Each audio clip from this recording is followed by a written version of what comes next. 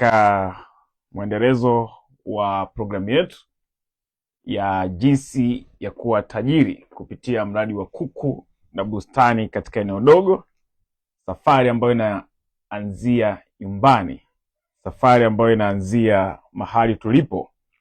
Nikukaribisha sana, tutakuwa tukiendelea katika moduli yetu ya pili, na leo tutakuwa tukiangalia somo muhimu sana ambalo linasema, je, wewe unafaa kuwa mfugaji wa kibiashara? Je, wewe unafaa kuwa mfugaji wa kibiashara? Ni somo muhimu sana, ni somo ambalo linakuonesha kwanza kabisa, unajua katika safari ya mafanikio, hususan katika hili wazo ambao tuko nalo, watu wengi sana wanaingia kwenye mradi wa kuku wakiamini kitu kimoja tu, wakiamini kwamba wakiwa na kuku mafanikio yanakuja moja kwa moja. Yaani mtu anakwambia nikiwa na kuku mimi lazima atafanikiwa. Nakumbuka nimesha kuongea na mtu mmoja kipindi fulani, akasema unauza kuku? Nikaambia no, inategemea. Sasa nategemea nini? Wewe unauza au hauuzi? Nikamwambia nimesema inategemea kwa sababu inawezekana ukawa kwenye nafasi ya kununua au sio kununua. Wewe sema tu kama unauza, au kama hauuzi sema. Nikamwambia hapana, sisi hatuhusiki na kuuza kuku. Sasa pointi ya msingi ni nini? Watu wengi wanaamini kwamba akishakuwa na kuku ameshamaliza. Yaani hicho anachokijua yeye, yaani akishakuwa na kuku ameshafanikiwa. Ndio maana watu wako tayari kutafuta pesa kwa namna yoyote waanze mradi wa kuku. Atakopa, ataenda kuvunja kibati, sijui kibati au kibubu, yaani kwa namna yoyote aanze mradi wa kuku. Wewe ambaye umefanikiwa kupata masomo haya, naomba uwe smart, naomba uwe mtu wa tofauti. Mungu ana sababu na wewe kwa nini unafuatia masomo. Tunakutana na vitu vingi sana huko mtandaoni, vingi mno, na kila mtu anayefanya anakuwa na kusudi lake, lakini vyovyote utakavyokuwa, kitendo cha wewe kufuatilia haya masomo, Mungu ana sababu na wewe ya kufanya vizuri. Huwezi kufanikiwa kwa sababu una kuku. Huwezi kufanikiwa kwa sababu una mtaji. No. Sio kila mtu anayefuga anaweza kufanikiwa kibiashara. Sio kila mtu anayefuga anaweza kufanikiwa kibiashara. Okay, nikukaribisha rafiki yangu. Hongera sana kwa kutenga muda wako tena wa kufuatilia somo la pili, moduli ya pili. Tunatumia moduli kwa sababu tuna masomo mengi. Nibao tumia neno module ili ujue kwamba moduli ni somo lote. Leo tutakuwa tukijadili kuhusiana na, je, wewe unafaa kuwa mfugaji wa kibiashara? Ni somo la kujitathmini zaidi, ni somo la kujiweka, kwa sababu mafanikio, nilikuja kugundua kitu kimoja ambacho kimenifanya sasa mambo yanakuwa rahisi kufikiri, kuumiza akili nyingi sana kuhusu maisha. Naomba pia na wewe nikuambukize hichi kitu. Maisha sio kupambana. Naomba nirudie. Maisha sio kupambana. Kupambana ni kulazimisha matokeo. Maisha ni tunaita ni kujiposition. Okay, metangu alikuwa ananifundisha strategia alikuwa anatumia sana neno positioning. Anasema jinsi unavyojiposition, jinsi unavyojiweka. Sasa wakati mimi nimekuja kufikiri zaidi na kutafakari zaidi, nilikuja kupata kitu kimoja kwamba maisha ni discovering. Yaani sisi hatuwezi kudesign maisha tunayotaka, ila sisi tunaweza tukajidiscover, tukajigundua. Ndio maana unakuta kwa asilimia kubwa masomo haya mwanzoni, kabla tujaenda kwenye kuangalia masoko, kuangalia chakula, kuangalia magonjwa, kuangalia bla bla, tunataka kwanza kujua kwamba hivi hiki ambacho tunakitaka kinataka mtu wa namna gani? Sasa ukiweza kujua kwamba huyu mtu anatakiwa kuwa wa namna hii, sasa wewe okay, hivi mimi nitafaa kweli? Kwa sababu mwisho wa siku ni hivi, huwezi kupata kitu ambacho haujakaa kwenye nafasi hiyo. Tunapata kwa sababu tupo kwenye hiyo nafasi. Ukishakuwa katika nafasi, vitu vinakuja. Ndio tunasema maisha yanatii sheria ya mvuto. Tunasema the law of attraction. Yaani sheria ya mvuto ikoje? Sheria ya mvuto ni kwamba wewe unakaa katika nafasi yako, halafu vitu vinakuja vyenyewe, vinakukuta katika ile nafasi. Hicho ndio kitu ambacho natamani uweze kukielewa na kuweza kukipata. Sasa basi, somo letu ni je, mimi ninafaa kuwa mfugaji wa kibiashara kweli? Lazima tuheshimu maana ya program, jinsi ya kutajirika kupitia mradi wa kuku na bustani. Safari inayoanzia nyumbani. Safari inayoanzia nyumbani. Lazima tuwe waaminifu na tuwe tumemaanisha hiki ambacho tutakizungumzia. Tofauti yake ni kwamba tutakuwa tumekuja kupiga stori za masaa 3, masaa 4, masaa 5 kila siku, ambazo kesho yetu inaenda kuwa wapi? Sasa basi, moduli hii itakuwa ina mambo matatu.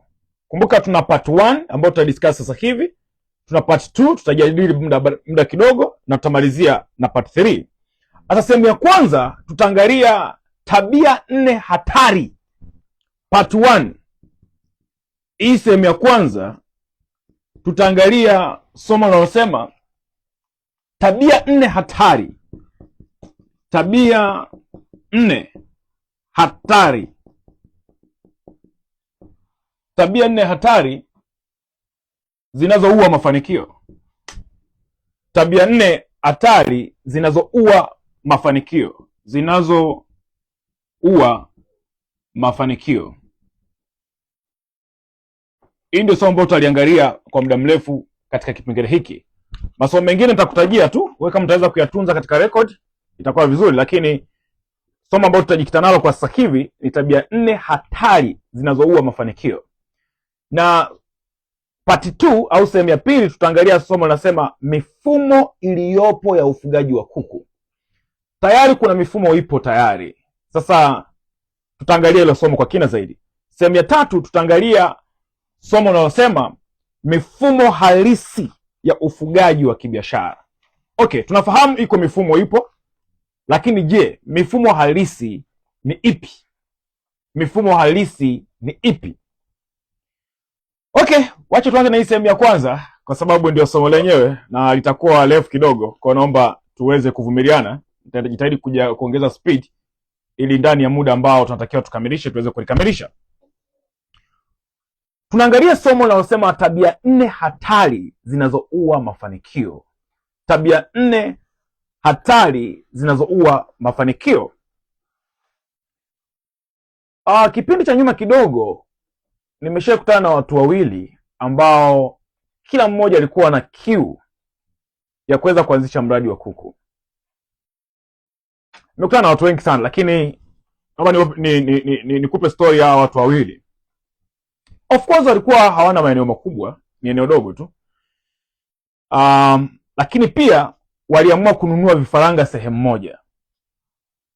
Lakini baada ya miezi michache, mmoja alianza kuona matokeo, lakini mwingine alianza kuona hasara za mfululizo. Wote wamenunua sehemu moja, lakini baada ya muda mmoja akaanza kuona hasara, mmoja akaanza kuona matokeo.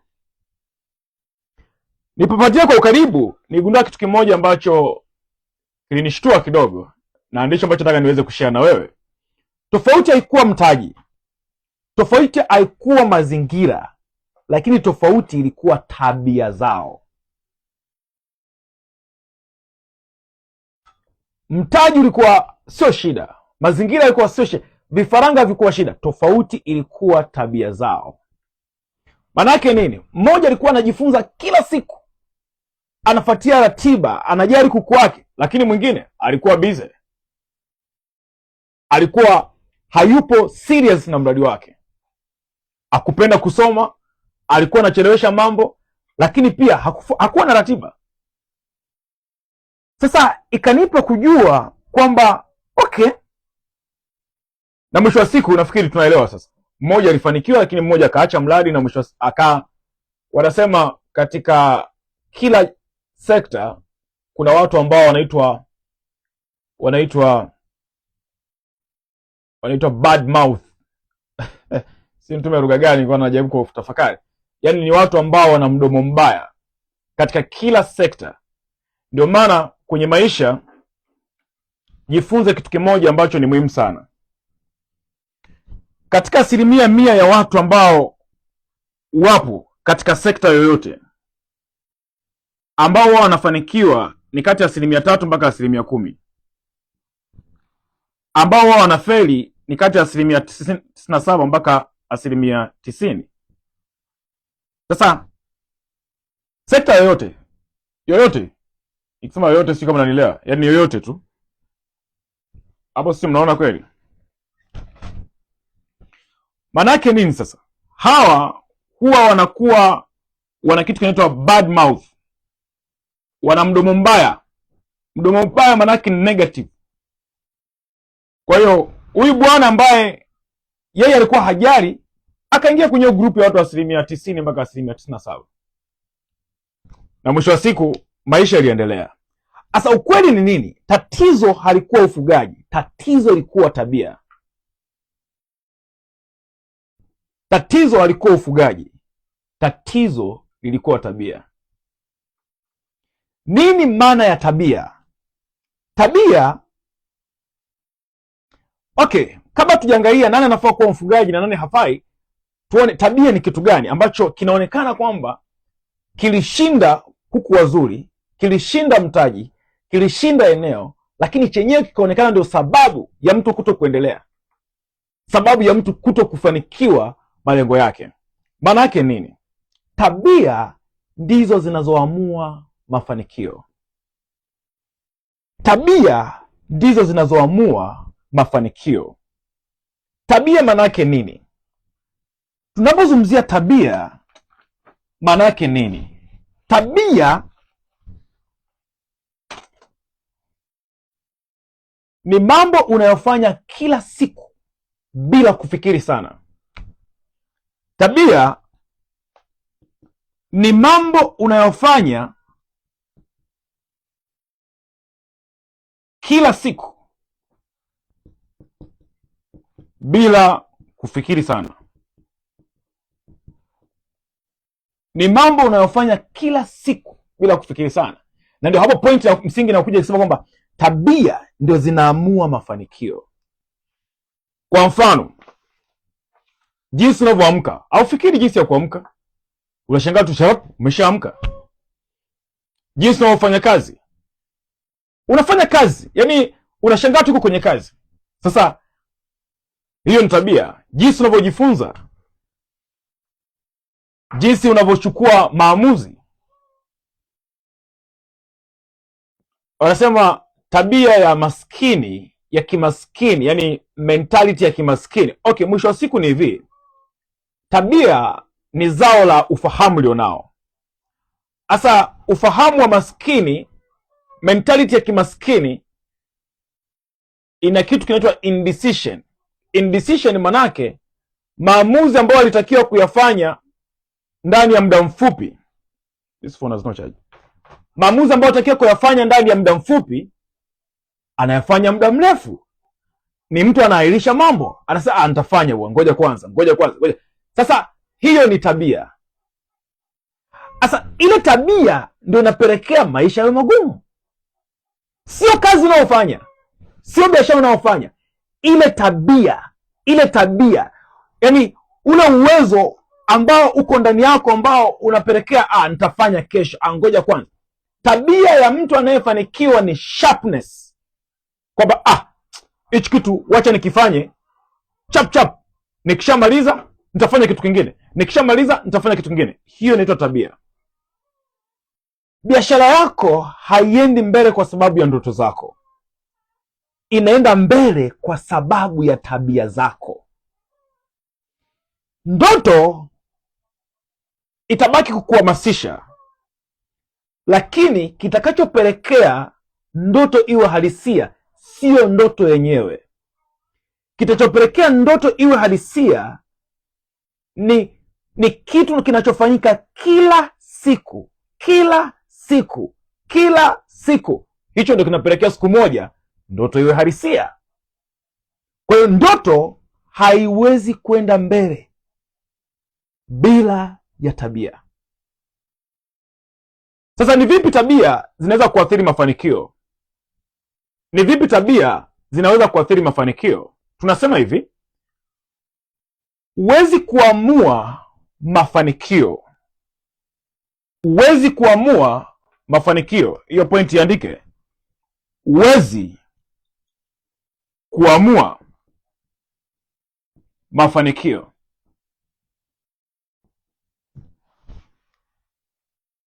bali unaamua tabia. Bali wewe unaamua tabia. Sasa angalia, tabia ndio zinaamua mafanikio. Tabia ndio zinaamua mafanikio. Umeona mama anatokea sasa? Mimi nitafanikiwa, yani mimi nitakuwa tajiri kwenye mradi wa kuku. It's okay. No problem. Kwa nini anapendi kufanikiwa? Lakini huwezi kuamua unachokitaka kitokee. Unachoweza kukiamua ni tabia. Tabia ndio zitakuamria mafanikio. Wow, this is powerful. Hebu nione moto wako aisee. Powerful. Kumbe tumekuwa tunatafuta kitu ambacho ni wrong. Tumekuwa tunapambana na kitu ambacho sio sawa. Sisi inabidi tu focus kwenye tabia. Matokeo yanakuja yenyewe baada ya sisi kufocus kwenye tabia. Safi sana. Nashukuru sana wote ambao mna support. Sasa ni hivi, ndoto yako haiwezi kutishia mafanikio unayoyataka. Lakini ndoto yako inakulazimisha kujenga tabia ndio utaona mafanikio. Umeona? Ndoto haiwezi kutishia mafanikio unayotaka. Okay, mimi kila siku nasema na sitaacha kusema, ndoto yangu ni kuja kuwa na chuo kikuu kama SUA. That's my dream. One day. Wanasema Yusufu alikuwa anasema ndoto zake akauzwa. Of course yanatokea, ukishakuwa na ndoto mambo mengi yanatokea hapo katikati. Lakini sasa kwa nini siseme? Namuogopa nani? Si ndoto zangu. Sasa hazitakuwa halisia kwa sababu nazitishia. Mimi nitakuwa na chuo kikuu. Sio mimi Sawa. Haina shida. Kwa nini anataka kuwa chini? Kitakachoamua hii ndoto yangu, itakachofanya nguvu ya hii ndoto inachotakiwa kukifanya sio kutishia kutokea, sio kutishia mafanikio, ni kurudi chini na kuanza kunishape ahazi nayeendana na zile ndoto ninazozitaka. CEO anatakiwa kuwa na tabia gani? Mtu mwenye ndoto anatakiwa kuwa na tabia gani? Anatakiwa kuwa na nidhamu gani? Anatakiwa kuwa na makini katika eneo gani? Anatakiwa kufanya vitu gani kila siku vitakavyopelekea aweze kuachieve ndoto zake? So ndoto haitishii mafanikio, ila ndoto inakuja kushape aina ya tabia itakayopelekea ende kuwa halisia. Hiyo ndio pointi ya msingi. Sasa basi, kwa nini nasema hivyo? Mafanikio siyo tukio. Mafanikio ni matokeo ya tabia zinazojirudia kila siku. Hiyo pointi ya msingi sana. Mafanikio siyo tukio. Mafanikio siyo tukio. Lakini tunasema mafanikio ni matokeo ya tabia. Ni matokeo ya tabia zinazojirudia kila siku. Ni matokeo ya tabia zinazojirudia kila siku. Hayo ndio mafanikio, hayo ndio mafanikio. Mfugaji anayefanikiwa anafuatia kuku wake kila siku, anajifunza kila siku ana mwongozo, kila siku anasoma, kila siku anajifunza, anafanya marekebisho kila siku, anaboresha kila siku. No, hapa ngoja kwanza, mbona vitu viendi sawa, nifanyaje? Kwa sababu anajifunza kila siku, anagundua kila siku, kila siku anakuja na design, kwa sababu habahatishi. Waheshimiwa, hatuoteshwi vitu kufanikiwa, tunatakiwa tustadi, tunatakiwa tujifunze. Kuna lijitu mmoja lilikuwa linaitwa Danieli, lilikuwa lina ufahamu, lina maarifa, lina hekima, jitu ambayo ni powerful kwa Mungu. Kipindi chake hicho cha zama hizo alionekana ana uwezo mara 10 zaidi ya watu wengine. Of course ni mtu ambaye alikuwa anampenda Mungu, lakini siri yake alikuwa anasoma vitabu. Anasema, mimi Danieli kwa kuvisoma vitabu na aligundua siku za mateso zimeisha. Leo unateseka, umegundua kwamba mwisho wa mateso wako umeisha? Umegundua kwamba mwisho wa mateso wako umeisha? Utagunduaje? Kwa kusoma, kwa kudedicate, kuamua kwamba kila siku siwezi kwenda kibubububu. Mimi nilisema chochote nitakachogusa kwenye mkono wangu sitabahatisha. Nitakaa chini, nitaweka kiuno chini, nitasoma mpaka kieleweke. Hicho ndio kitu ambacho nilidedicate kwenye maisha yangu. Sasa kwa sababu huyo mtu anajifunza kila siku, anagundua, anasema, okay, safi sana. Ndio maana nilikuwa sipati matokeo, ngoja niboreshe hapa. Akishaboresha tena anagundua kitu kingine, wakati anaendelea kusoma, mwisho wa siku anakuwa mtu wa tofauti. Mfugaji anayeshindwa anafanya mambo kwa bahati, hana ratiba, hana muendelezo. Leo anafanya hiki, kesho hafanyi, kesho anafanya hiki, kesho. What are you expecting? Unategemea nini? Lazima ufeli. Huu ni ukweli mchungu. Unaweza kuwa na banda zuri, unaweza kuwa na kuku bora, unaweza kuwa na mtaji, lakini tabia ni mbovu, mradi wako utaanguka. Sifahamu nani ametufundisha, amefundisha watu kuhusu mambo ya ukiwa na mtaji utafanya vitu vikubwa vitokee, hususani kwenye mambo ya kuku. Unajua ukiwa na mtaji wa kipindi cha nyuma, wakati tunaanza mradi wa kuku, tumehudhuria semina, unaenda kwenye semina unaona wanaongea upumbavu tu. Anyway, kwa kipindi kile tukaona kama wanaongea point, kwa sababu hujui. Na yale ndio mambo pale nishasema kwenye kipindi kilichopita kwamba ukiwa unajitafuta, usitafuta information, tafuta maarifa. Hasa unaenda kwenye semina watu wameweka vifaranga pale, wanataka kuuza vifaranga. Unafikiri watakufundisha nini? Wanakuambia hivi, ukichukua vifaranga 1000 utapata faida milioni 5. Ukichukua vifaranga 300 utapata faida baada milioni 1. Ukichukua 100 utapata 200,000. Automatically unafikiri utachukua vipi sasa? Utachukua 1000. Sasa shida sio kuchukua vifaranga 1000. Shida ni kwamba una karakta, una tabia, una uwezo wa kutunza, kwa sababu hawa kuku hawatakuwa kwa sababu una milioni 5, kwa sababu una milioni 10, kwa sababu una milioni sijui ngapi unaweza kuwekeza pesa. No, business sio uwekezaji. Biashara sio uwekezaji. Watu wanachanganya mafaili. Kwenye uchumi kuna njia mbili za kupata pesa. Aidha unaweza kufanya biashara au unaweza ukawekeza. Sasa kuwekeza manake nini? Kuwekeza manake ni kwamba kuna watu ambao wameshapata wazo, wako tayari kulisimamia na wamesha guarantee matokeo, kwa sababu wameshafanya kwa muda mrefu. Ndio maana unaweka pesa zako, unaenda kulala. Unaweka pesa zako, unasubiria mwisho wa mwaka mje mgawane faida. Hiyo ndio inaitwa uwekezaji. Biashara inakuhitaji wewe. Kama inakuhitaji wewe, kitakachofanya ile biashara ifanikiwe sio pesa ulizoweka, ni commitment, ni uwezo wa wewe kuendelea kufanya na kufanya na kufanya. Inaitwa tabia. Kwa hiyo hicho lazima uelewe. Watu wawili wanaweza kuanza katika project moja kwa rasilimali sawa, lakini baada ya miezi 6 mmoja anaendelea, mmoja anaacha. Tofauti yao inakuwa nini? Sio walivyowekeza, ni tabia walizonazo. Ndio maana leo hatuangalii kwanza kuku moja kwa moja, tunaanza kwanza kukuangalia wewe ambaye unakwenda kuingia katika hii project. Uko tayari kubadilisha tabia zako?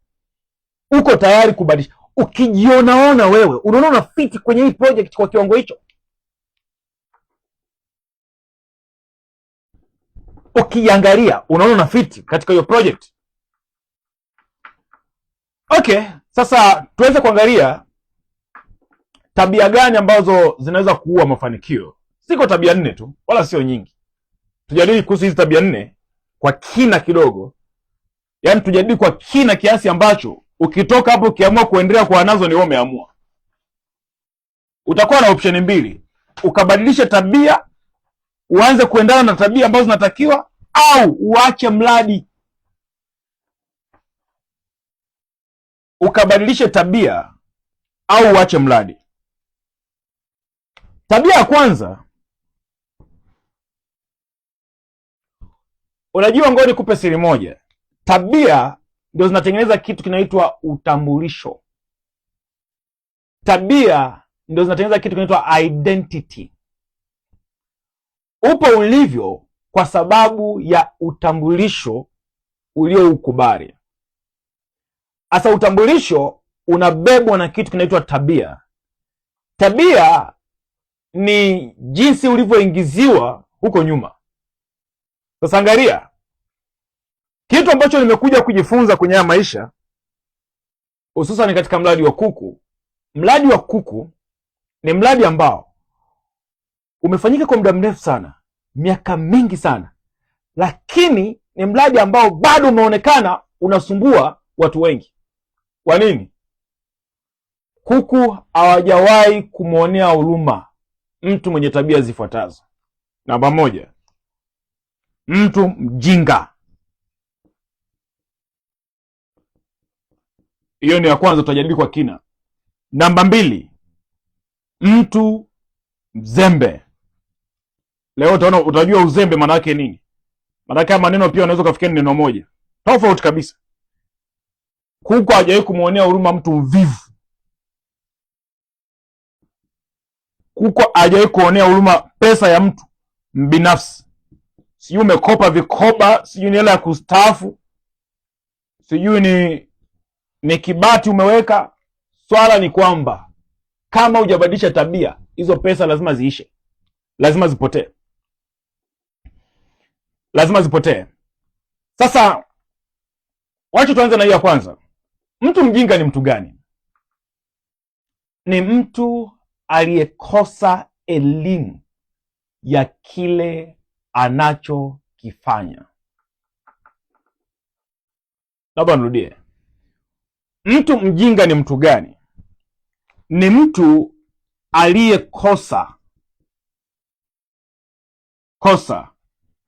elimu. Sasa tukisema elimu utaanza kuanza mambo ya shule sasa. Hiyo ndio changamoto. Aliyekosa ufahamu, aliyekosa ujuzi, aliyekosa uelewa wa kitu anachofanya, huyu ndio tunamuita mjinga. Anafanya lakini amekosa uelewa au ufahamu. Ufahamu ni nuru, ufahamu ni mwanga. Amekosa mwanga wa kitu anachofanya. Maskini ya Mungu, huyu bwana amepoteza pesa yake kwa sababu ya ujinga.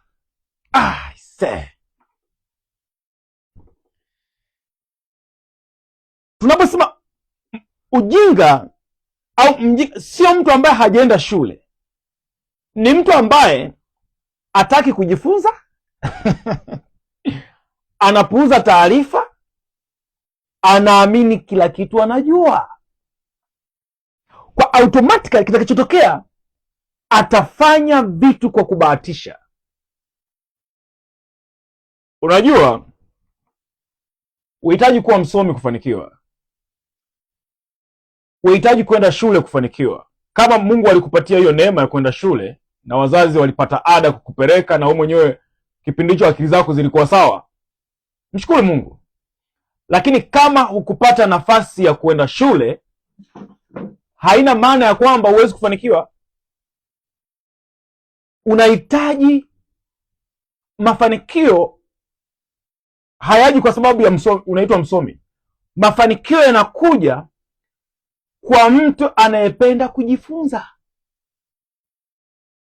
Leo unaweza ukaanza kujifunza chochote ambacho hujawahi kujifunza.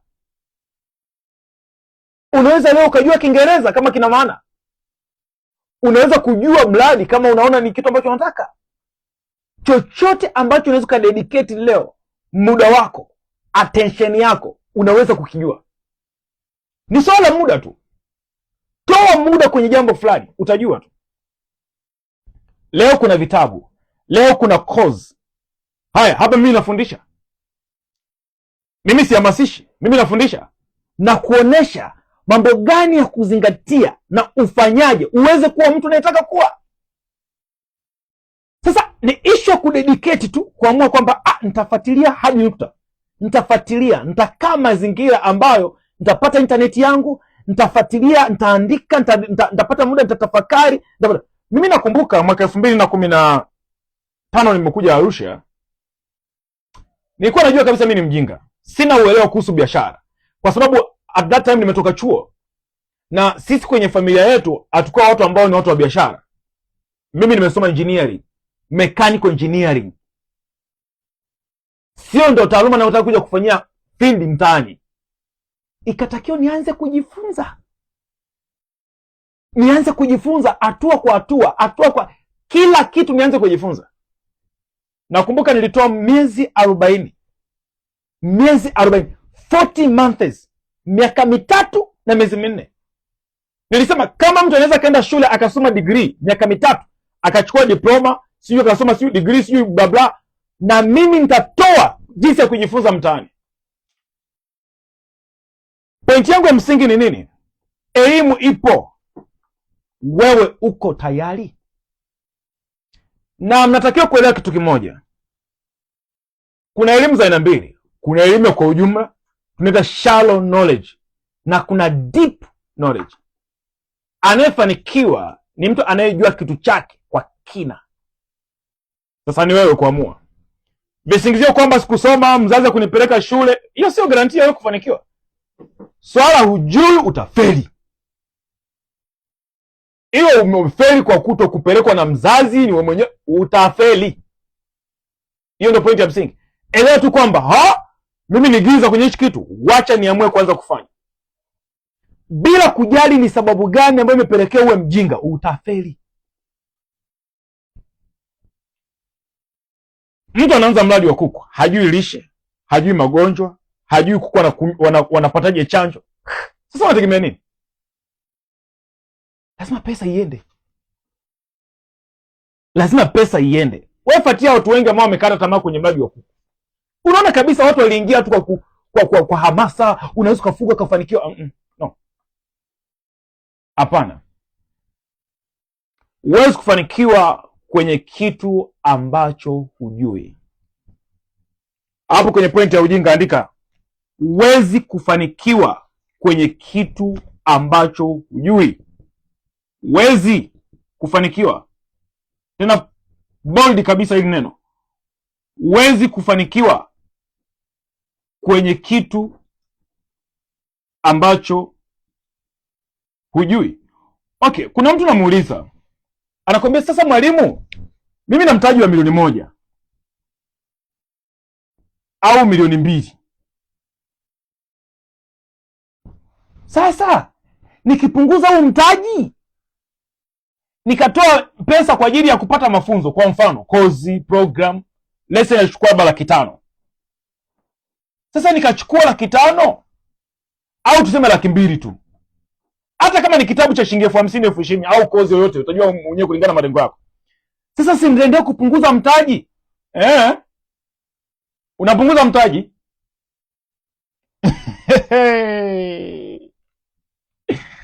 Aliyekwambia na unafanikiwa kwa sababu na milioni 2. Sasa nikitoa milioni 2 nitafanikiwaje? Unafanikiwaje kwenye kitu ambacho hujui? Huwezi kufanikiwa kwenye kitu ambacho hujui. Hatufanikiwi kwa sababu tuna pesa, tunafanikiwa kwa sababu tunajua. Huo ufahamu utakaopata ndio utakupatia pesa, sio pesa kwa sababu unazo.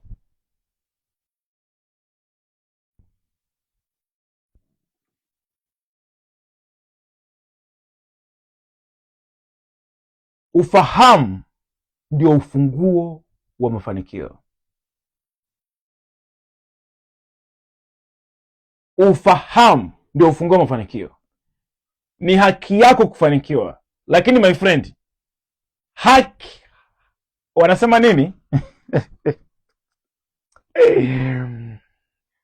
Ni haki yako kufanikiwa, si ndio? Asangalia hii story inavyosema, hakuna haki bila wajibu. Hakuna wajibu. Kwa Kiingereza nasema vizuri sana. Sasa sijajua kwa Kiswahili nitaisemaje ili ieleweke vizuri. Ni haki yako kufanikiwa, marafiki yangu, lakini anasema misingi ikiharibika mwenye haki atafanya nini? Misingi hapa tunasema hakuna haki bila wajibu, si ndio? Wajibu maana yake nini? Wajibu ni uhusika wako wewe kwenye kupata hiyo haki. Wajibu manake ni nafasi yako wewe kupata hiyo haki. Unapokuwa umekaa kwenye nafasi yako, ndio unastahili kupata hii haki yako. Kuna maana na Mungu amesema, unikumbushe na tuhojiane, eleza mambo yako upate kupewa haki yako. Aha, Mungu, mbona mimi nateseka? Anakuambia unateseka kwa sababu gani? Biashara yangu haifanyi kazi. Anakuambia sasa mbona umesahau ufunguo wa maarifa? Nenda katafute maarifa afu rudi tena. Aha, kuna wajibu unaopelekea upate haki. Kama usipowajibika upate haki. Sasa angalia, hakuna haki bila wajibu. Sasa angalia, hakuna wajibu. Wajibu manake nini? Responsibility, si ndio? Au tunasema accountability. Sasa iko hivi, hakuna wajibu, tunasema there is no right without responsibility. There is no responsibility without capability. Capability manake ni uwezo. Huwezi kuwajibika kama una uwezo. Sasa uwezo ndio unakupa kuwajibika. Kuwajibika ndio kunakupa haki. Jamani, natumia nguvu kubwa kuelezea hapa kwa sababu nataka nikuoneshe kwamba kama usipotafuta maarifa, never utakao ufanikiwe. Hata ashuke nani, Mungu mwenyewe ataweza kukusaidia. Sasa kama Mungu hawezi kukusaidia, unategemea nini? Dunia ikuonea huruma mjinga? Haitaka itokee. Sikiliza vizuri sasa hii tafsiri. Hii point ndio itakusaidia kwa sababu hii ni principle. Principle ni kitu ambacho hakibadiliki. Yaani ukiona kitu unang'ang'ania kuonesha uelewa kwa vizuri, maana yake hicho kitu ndio principle. Ukisikia principle maana yake hata ukimbia ufanyaje, hutakaa ufanikiwe usipotii ile kanuni. Ni hivi. Hakuna haki bila wajibu. Hakuna wajibu bila uwezo. There is no responsibility without capability. Sasa angalia. Huwezi kuwa na uwezo. Huu uwezo unajengwa na kitu kinaitwa ability. Ability. Okay, huu uwezo unajengwa na kitu kinaitwa training.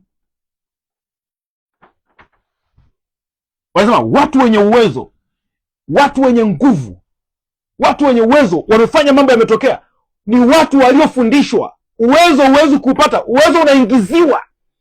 Kwa mfano sasa hivi mimi ninachokifanya na kuingizia uwezo fulani kwenye akili yako. Unasema okay, nalichukua hili. Wangapi mnachukua na yafundisha? Nione moto.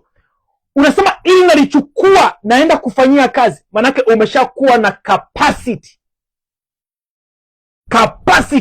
Yaani sasa una uwezo wa kwenda kuwajibika. Kitendo cha kuwa na uwezo wa kwenda kuwajibika ndipo pale una attract baraka, una attract mafanikio. Ndoto zako zinaanza kutimia. Ndio maana mtu mwenye tabia mjinga hawezi kufanikiwa. kuku watazungusha dishi la mtu mjinga, pesa zote zitaisha. Safi sana ambao mmepokea. Sikiliza, safari ya ukombozi sio rahisi. Unatakiwa ujikane, inatakiwa ulazimishe. Sasa wewe unasikiliza huko goigoi, kusikiliza kwenyewe hauna nguvu kwenda kutekeleza. Sasa wewe hata kuweka moto tu uwezi.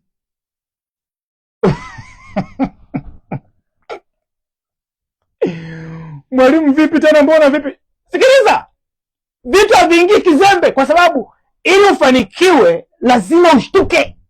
Useme mbona mimi nimekuwa hivi? No. Unatakiwa ukatae. Ujinga manake ni spirit. Ni spirit ambayo inakudrag nyuma. Inakuvuta nyuma usifanikiwe. Manake ujinga ni nguvu. Ni nguvu ambayo inakufanya usitoke hapo ulipo. Uendelee kuwa hapo hapo. Asa inabidi uikatae, useme no. Nimeshashtuka, kumbe hicho ndio kitu ambacho kinanitesa. Unashtuka, unaamka. Namba 2.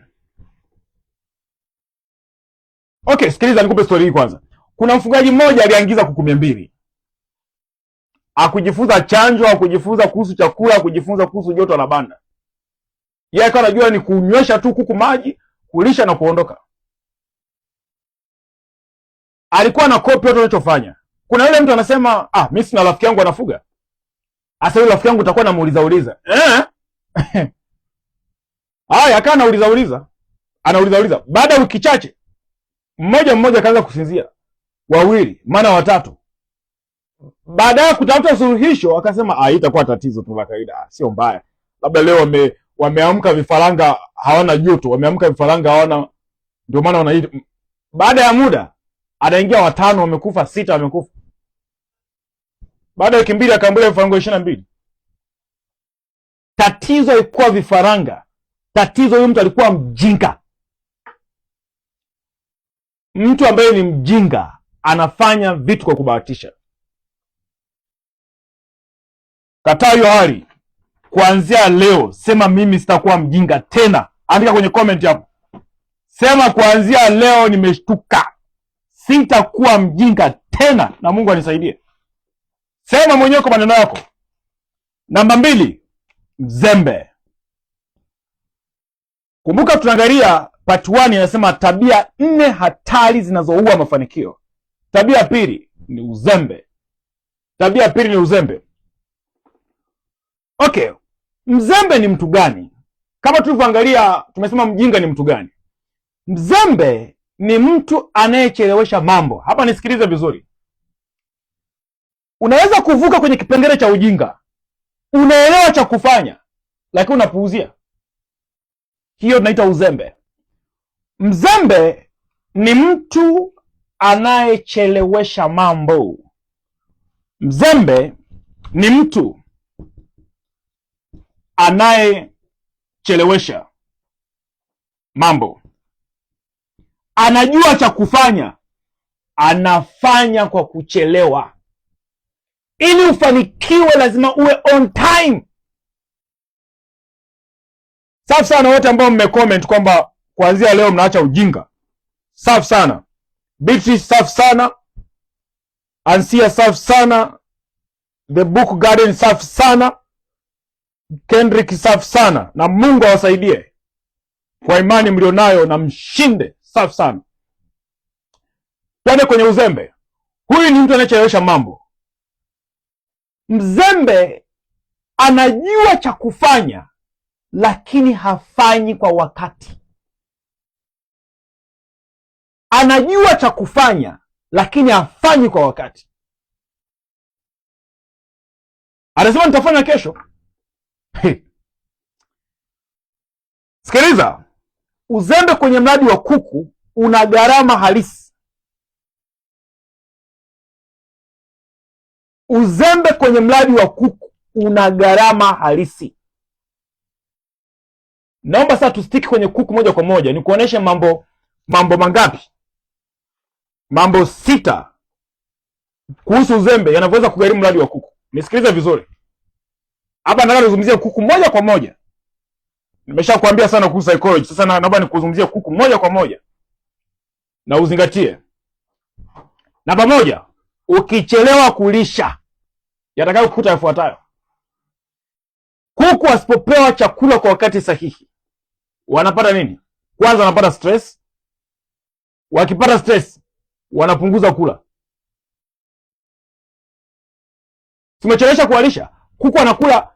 Kuna formula tutaangalia kwenye mambo ya lishe na chakula huko. Sitaki kuzungumzia mambo ya baadaye leo, lakini wewe elewa tu hivyo.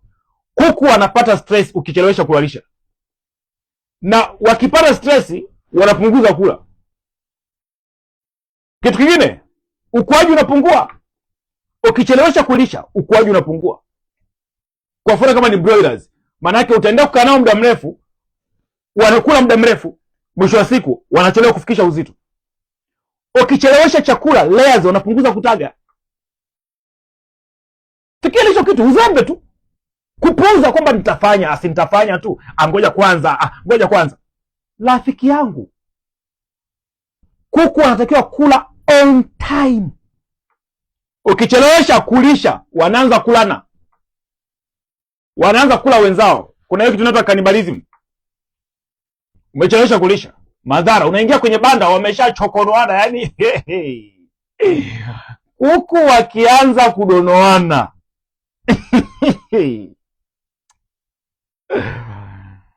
unaweza kujuta huo mradi. Na hiyo tabia mpaka iondoke, sio leo wala kesho, inaweza ikakuchukua gharama kubwa mno. Ndugu yangu, nakwambia kitu ambacho unakielewa nachokwambia. Tabia ya kuku kwanza kudonoana, kumbuka ile inakuwa tabia. Ngoja nikufundisha kitu kimoja hapa, sikuwa nimepanga, lakini ngoja nikuelekeza, afu soma somo langu ni refu. Mungu wangu, utafanyaje? Iko hivi, kuku wanadonoana. Wakianza kudonoana, wanachukua ile tabia. Ile tabia inakuja kwa sababu wakidonoana, damu ina test kama ya chumvi fulani, wanahamisha ile tabia, wanaingiza pia kwenye kula mayai. Sasa tabia huwa haiondoki kwa siku moja. Hakuna solution ambalo ni ghafla wataacha. Sasa kuliko waingize kuku wako kwenye majanga ya kudonoana, ni bora uchukue tahadhari mapema. Tahadhari yenyewe ni nini? Lisha kuku wako on time. Kuna sababu kama 10 kwa nini kuku anadonoana na anakula mayai. Tunaweza kuangalia kwa siku za mbele, lakini elewa tu jambo la msingi. Wakianza kudonoana, hiyo tabia kuja kuiondoa itakugharimu. Hasara yake nini? Kama utachelewesha kukualisha, utatumia muda mrefu, gharama kubwa kupata uzito ule ule. Wale mnaofuga broiler, kuku unataka kuwafikisha uzito ndani ya muda fulani, umechelewesha kulisha, wataendelea kukaa, wataendelea kula na gharama itakuwa kubwa. Namba 2, ukichelewesha maji, nini kinatokea? Formula ni hivi, kwenye banda la kuku lazima kuwe kuna maji muda wote. Kwenye banda la kuku lazima kuwe kuna maji muda wote. Ukichelewesha maji, kuku watadhoofika haraka, utagaji unapungua na kusimama kabisa. 75% ya yai la kuku ni maji. Ili kuku atage vizuri, anahitaji lishe bora, anahitaji maji ya kutosha, na anahitaji kupata majani, anahitaji kupumzika. Kitu kingine, ukichelewesha kuwapatia maji, vifo vinaweza kutokea ndani ya muda mfupi kwa sababu ya joto. Kuna saa umeingia kwenye banda la kuku, kuku amekufa, hata ujue amekufa kwa sababu gani? Joto likizidi kuku anakufa. Pointi ya msingi ni hapa. Kuku wanaweza kuvumilia kukosa chakula, lakini sio kukosa maji. Maji usiyachukulie hivyo. Kuku akikosa maji, yanaweza katokea majanga ambayo kutegemea. Namba 3, ukipunguza usafi wa banda, yani kupunguza usafi, magonjwa kama coccidiosis yataongezeka, harufu kali, na harufu inatengeneza stress. Ukuaji na uzalishaji unashuka ukipunguza usafi katika banda. Hapo nazungumzia uzembe hapo. Hasara yake ni nini? Utaingia kwenye gharama nyingi za madawa na vifo. Angalia jinsi uzembe unavyopelekea mradi unapungua. Sawa, una mtaji, sawa, una pesa, umewekeza, lakini tabia mbovu, utapoteza huo mradi. Ukichelewesha chanjo, usipozingatia ratiba ya chanjo, kuku wataambukizana na unaweza ukapoteza banda lote. Chanjo kama ya kideri, yaani kideri kikiingia, rafiki yangu, unaweza ukaimba nyimbo zote na ukawa umepoteza kila kitu. Namba 5, ukichelewesha udhibiti wa magonjwa, kwa mradhi, ukichelewesha udhibiti wa joto, hasa kwa mfano vifaranga watakumbatiana, watabebana pale, mwisho wa siku kija wa China wamekufa, watadumaa, watakuwa dhaifu maisha yao yote. Umeona uzembe unapopoteza mradi? Bila shaka umeona. Jambo la muhimu kuhusu uzembe kwenye mradi wa kuku, dakika chache za uzembe zinaweza kukugharimu wiki na miezi ya faida. Andika hiyo pointi kwenye uzembe, andika hiyo pointi hapo kwenye hicho kipengele. Dakika chache za uzembe kwenye mradi wa kuku zinaweza kukugharimu miezi, wiki ya faida. Dakika chache za uzembe kwenye mradi wa kuku zinaweza kukugharimu miezi ya faida. Usipuuze. Sasa hapo unajifunza nini? Sio kwamba mradi haulipi, tabia mbovu. Hiyo ni tabia ya pili. Haya, niambie mwalimu, kuanzia leo naacha uzembe, nitafanya vitu on time. Nitafanya vitu kwa muda, sitakuwa mzembe. Nione komenti zako hapo, sitakuwa mzembe, ili na mimi nikuombee kwa Mungu ushinde hiyo. Na hiyo ni spirit, hiyo ni roho. Na vitu mengi ambayo yanagharimu watu wengi wafanikiwi leo ni maroho yaliyo nyuma yao. Hasa hilo ni roho la uzembe ambayo inapelekea unaendelea kuwa maskini, unaendelea kuwa maskini. Namba 3, uvivu. Mvivu. Namba 3, mvivu. Kama tujana namba 3, acha tuwaombee kwanza hawa ambao wako tayari kuacha uzembe. Mwalimu, leo naacha uzembe, nitafanya vitu kwa muda. Safi sana, safi sana. Tena unaitwa blessing, na ubarikiwe na Mungu akusaidie. Okay, tuende kwenye uvivu, tumalize somo letu. Naona mambo baada ya mbaki mengi kidogo. Okay, tunashinda mara moja, lakini nitaongeza kama dakika 10 au 15 ili tuweze kubalance somo letu. Namba 3 ni mvivu. Mvivu. Uvivu manake nini? Uvivu ni kukosa bidii. Kukosa bidii. Uvivu, kinyume cha uvivu ni kukosa bidii. Uvivu ni kukosa bidii. Safi sana Kendrick, nitafanya vitu on time. Safi sana. Sitakuwa mzembe. Alfeo, safi sana. Ansilia, sitakuwa mzembe. Safi sana. Na Mungu awasaidie.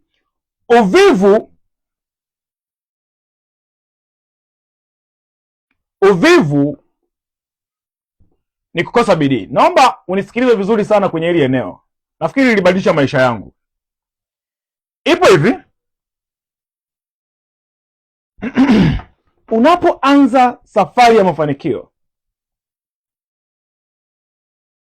biashara yoyote, sio tu kuku au bustani, unapoanza wewe unatakiwa uilipe biashara kabla ya muda wake wa kukulipa haujafika. Wewe ndio unatakiwa uilipe biashara kabla muda wake haujafika. Sasa gharama ya kuilipa biashara ni bidii. Yaani gharama ya kuilipa hii biashara yako sasa ni bidii. Watu wanaanza kupumzika, biashara zijachanganya. Watu wanaanza bidii manake nini? Andika hapo, kwa sababu siko kosa cha kuandika bure nikianza kuelezea hapo. Bidii manake nini? Bidii ni maneno mawili tu, wala sio mambo mengi. Ni kujitoa na kujitolea. Kujitoa na kujitolea. Hiyo ndio bidii. Bidii ni kujitoa na kujitolea. Huwezi kufanikisha project inayoanza kama usipoilipa, na project inayoanza haihitaji pesa zako nyingi, inakuhitaji wewe sana. Project yoyote inayoanza inakuhitaji wewe kuliko na ufikiri, sio pesa. Ndio maana watu wengi wanashtuka, mbona nimeweka pesa zangu nyingi na nimepata hasara? Umeweka pesa nyingi lakini wewe ulikuwepo. Mbona wewe umejiondoa? Kama umejiondoa, oho, haikui. Project yoyote inayoanza inakuhitaji wewe kuliko na ufikiri, na inakuhitaji wewe kamili, sio inakuhitaji wewe nusu nusu. Kujitoa na kujitolea. Kujitoa maana yake nini? Kujitoa ni kufanya zaidi ya kawaida. Angalia kwa mfano kwenye kulea vifaranga. Uwezo ukasema, mwalimu, sasa nikiwa nalea vifaranga nitakuwa naangalia mara ngapi kwa wiki, kwa siku? Hebu mwalimu nipe formula. Hakuna formula. Formula ni kuhamisha godoro na kupeleka kwenye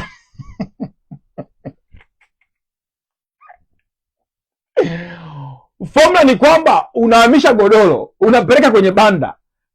Si kama umeelewa? Nakumbuka wakati nafundisha wanafunzi wangu wa Arusha kipindi kile 2018 19, tulikuwa tunafanya hivi.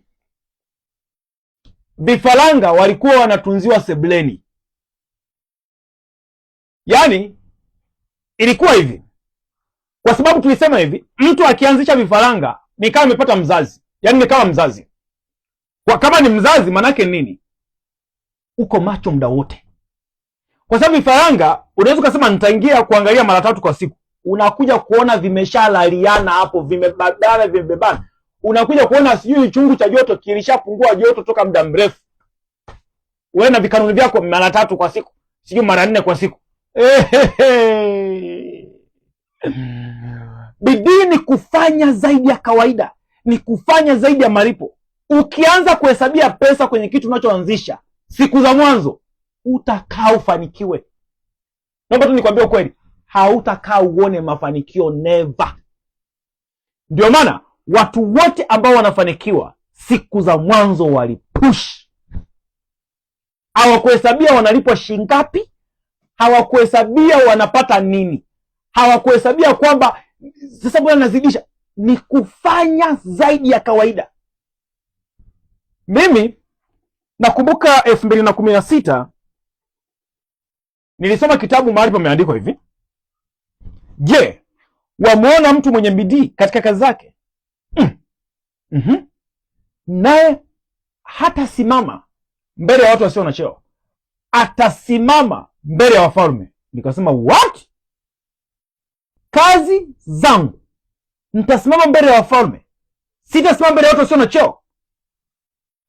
Nikana jiuliza tena swali lingine, nikasema kazi ni zangu, sasa najuaje kama hii kazi ni ya kwangu? Nikapata sehemu nyingine pameandikwa hivi: lolote mkono wako upatalo kulifanya, lolote mkono wako upatalo kulifanya, lifanye kwa nguvu zako zote, kwa kuwa hakuna kazi, hakuna maarifa wala shauri wala sijui kitu gani huko kuzimu uendako. Sikiliza, leo unaweza kuwa unafanya kazi ambayo sio ya kwako. Bidii itakufanya ile kazi ikukutanisha na kazi ya mtu mwingine, kazi yako mwenyewe kabisa. Kuanzia hapo nikasema na option 2. Kama nikishikilia kitu lazima kieleweke. Yaani kama nikisema nashika hii kazi lazima kieleweke. Option ya pili, niache. Yaani shajisemaga, kama nashika kitu mpaka ieleweke, au niache. Kwa kwenye maisha yangu mimi nilishajiwekea principle, nishike kitu kieleweke au niache. Nilipoingia kwenye mradi wa kuku serious 2016, nakumbuka 2017 nilienda na 8 iko nikaona jinsi watu wanavyoonyesha, nikasema kwani hao watu wanaonyesha haya maonyesho wao ni kila nani? Nikatoka nikasema hapana, next time sitakuja kuona, nitakuja kuonesha. Toka 2017 mpaka mwaka huu Sikushinda kombe mwaka mmoja, nimeshinda kombe miaka 7. Makombe. Hadi mwaka jana tumeshinda makombe 3 kwenye banda letu. Nilipoingia kwenye project ya bustani, nikasema sitagusa. Kama kuna mtu anafanya, sijui, lakini kama kuna mtu anafanya, mimi sijui. Mimi nitafanya serious. 2023 2024 tukashinda kombe. Mkubwa bora wa mwaka. Leo niko na wewe. Lazima uwe tajiri. Kama kuna mtu ana ndoto ya kuwa tajiri, yaani kuna mtu ana ndoto ya kufanikiwa. Nisikilize, unaenda kufanikiwa? Niambie kwenye comment, mimi naenda kufanikiwa. Yaani kama una ndoto ya kufanikiwa, sifundishi masomo ya watu wanaokosa chakula. Unakosa chakula, utainuka, utapata na utasimamisha biashara inayoeleweka. Kampuni, shule, siyo benki, siyo nini. Hicho ndio kitu tunachokiona. Kwa nini nasema lolote mkono wangu utakalopata kulifanya? My friend, na kufundisha kitu ambacho naweza kufundisha kwa kichwa changu. Kwa sababu sio lazima niandike. Lakini kwa nini naandika? Naandika kwa sababu nataka kuingiza kitu kwenye ufahamu wako, kwamba lazima uwe mtu wa tofauti. Najua wengi wananisikiliza, wengi wananifuatilia, lakini kuna mtu mmoja ambaye yuko very serious, anasema hichi ndio kitu nasema, nimekutana na Mungu ambaye nilikuwa namtafuta. Nimekutana na Mungu ambaye nimekuwa namuomba. Nimekutana na majibu ya maombi yangu waziwazi. Huyo mtu ni mimi namtafuta. Kwa sababu nimetumwa na Mungu nije nimsaidie mtu mmoja ainuke kwenye kushinda. Lolote mkono wako upatalo kulifanya, my friend, usiwe goigoi. Acha kutafuta watu, wekeza bidii kwenye kazi yako. Acha kwenda kujibembeleza kwa watu, wekeza bidii kwenye kazi yako.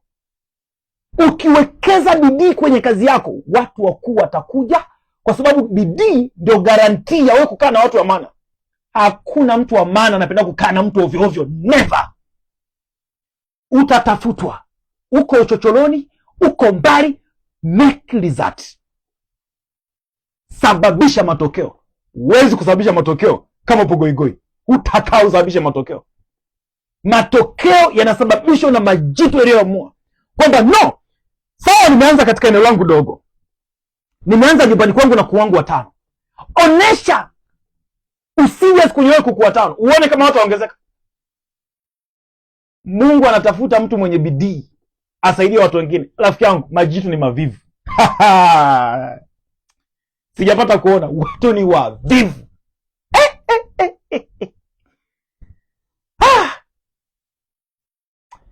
Okay, ningeweza kuongea vitu vingi. Sikiliza, wewe nikupe siri moja. Ukishaona watu wengi hawafanyi kitu fulani, weka fanya. Wateja ni hivi. Majitu ni mavivu. Watu ni wajinga, hawataki kusoma. Watu ni wazembe. Yaani kuna saa nikiwa nataka kuangalia, yani nataka kurefresh akili yangu, naweza kaingia mtandaoni. Unasoma comment, ukiona comment sijajibu, najua yule mtu hajielewi. Unasoma unasema Mungu wangu. What? Sikiliza. Focus na weka bidii kwenye kitu chako. Kitu kitakacho kutoa hapo ulipo leo sio pesa. Pesa ni matokeo. Watu watakuja kwa mtu anayejielewa. Utaweza kuwalazimisha watu sasa hivi wakuunge mkono, lakini kitendo cha kwamba utabaki kuwa mvivu, wataondoka. Utalazimisha pesa kwa akili zako, utabubusa zitakuja, zitaondoka. Bidii itakufanya ziendelee kubaki zile pesa. Na bidii ni spirit, ni roho. Ni kitu ambacho ndio kitakufanya wewe uwe mtu wa tofauti. Hakuna kitu kingine naweza kukutia moyo. Badili, wekeza bidii, usifanye vitu kilegelege.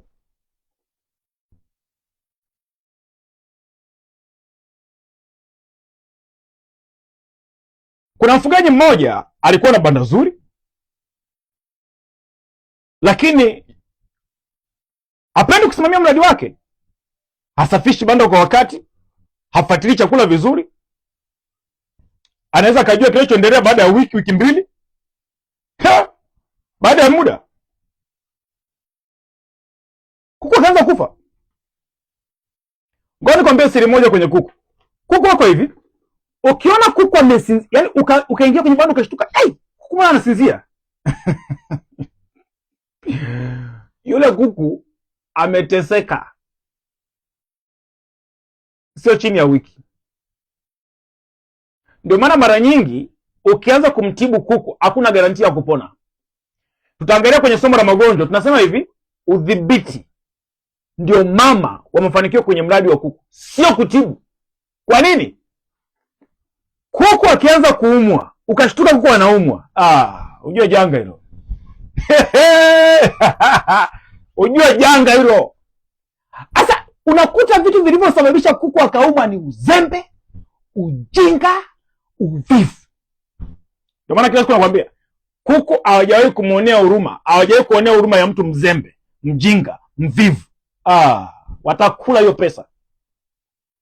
Nimestaafu, sijui nilikuwa nafanya kazi miaka mingapi, sijui nimepata kina mgongo. Wekeza kwenye kuku. Wewe ni bado ni mjinga, mzembe, mvivu. Kuku atafieka hela yote. Namba 4. Niambie, mwalimu, Mungu anasikia na kuanzia sasa nitaacha uvivu. Nitawekeza bidii kwenye kitu changu. Nitajitoa na kujitolea bila kujali napata kitu gani. Biashara, wazo lolote linaloanza, bidii ndio itakutofautisha. Comment hapo nione. Mungu anatakuona, anajua kabisa uko serious. Sasa nilikuwa napotea kwa sababu ya ujinga, kuanzia sasa nimeshtuka. Kumbe nilikuwa goigoi, nilikuwa nasimama, naanza kufanya serious. Sema. Namba 4. Ubinafsi.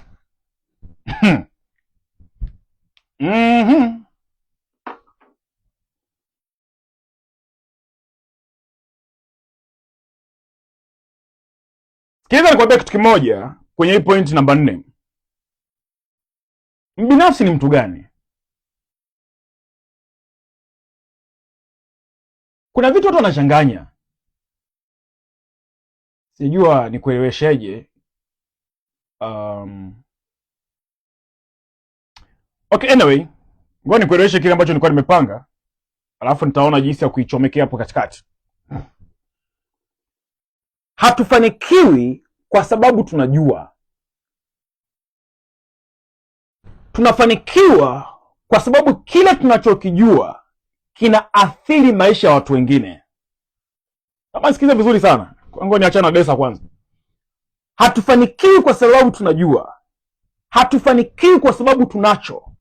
Tunafanikiwa kwa sababu kile tulicho nacho kinaenda kwa watu. Mimi nimekuja kugundua kitu kimoja. Naweza nikasummarize hivi.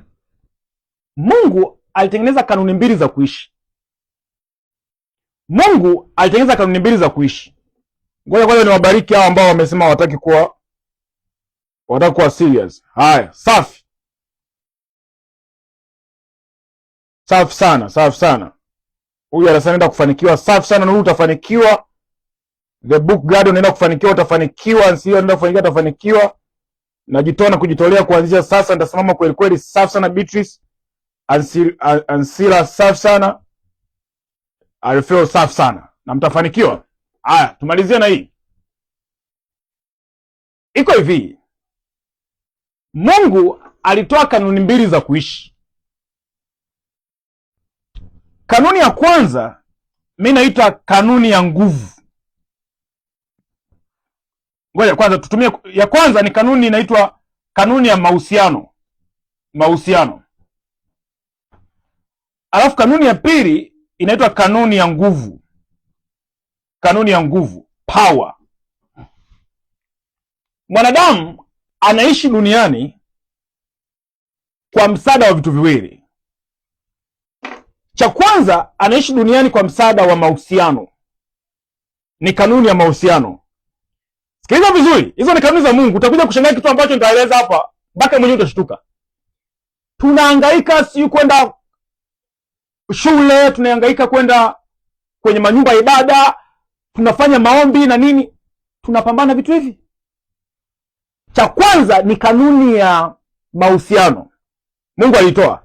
Cha pili inaitwa kanuni ya nguvu, inaitwa power principle, afu relationship principle. Hizi ni design mwenyewe nimefikiria tu kwa akili zangu, lakini angalia ninachotaka kukuambia. Kanuni ya mahusiano manake nini? Mungu aligundua kwamba mwanadamu hajakamilika mpaka ahusiane. Hawezi kukamilika mpaka ahusiane. Ndio maana mimi hapa sifanikiwi kwa sababu navijua vitu vingi. Nafanikiwa kwa sababu nimesababisha watu wengi wasaidike kupitia vile ninavyovijua. Jinsi nitakavyotengeneza mifumo au mwenyewe nitakavyowekeza bidii kuhakikisha watu wengi wanajua kile ambacho Mungu amenipatia, ndivyo mimi nitakavyofanikiwa. Yaani garantia ya mimi kufanikiwa ni kuhakikisha nasimama katika nafasi yangu kuwasaidia watu wengi wafanikiwe. Hiyo inaitwa kanuni ya mahusiano. Sasa angalia, wewe unaweza kuwa na vitu. Angalia, vile vitu havina maana kwa sababu unavyo. Vitakuwa vina maana vikiwa sehemu ya maisha ya mtu mwingine. Siku zote chochote ulicho nacho hakina thamani kwako. Haya matiri ninayofundisha kwangu bila na thamani, sinajua. Simple. Sasa angalia, ili mimi niwe na thamani, haya ambayo nayajua lazima yaende yaka-affect maisha ya mtu mwingine. Sasa ili yatoke kwangu yaende yaka-affect maisha ya watu wengine, hapa katikati kuna kitu kinaitwa bridge, kuna daraja. Hili daraja linaitwa daraja la mahusiano. Kinacho block sasa kati ya kile ambacho mimi niko nacho kwenda kwa mtu mwingine kinaitwa ubinafsi. Ubinafsi manake ni hivi: unaanza kujifikiria wewe, sio kuwafikiria wale watu wengine. Kitendo cha kwanza kujifikiria wewe muda wote ukaacha watu wengine, huo ndio unaitwa ubinafsi. Utajuaje kama unajifikiria wewe? Chochote ambacho unacho unakikumbatia. Sasa kwenye maisha, kwa nini napata ugumu kuelezea hii principle? Kuna principle mbili kwenye maisha. Kuna principle ya kidunia inasema hivi: ukitaka kufanikiwa wanaita kinaitwa riches. Rich manake ni accumulate.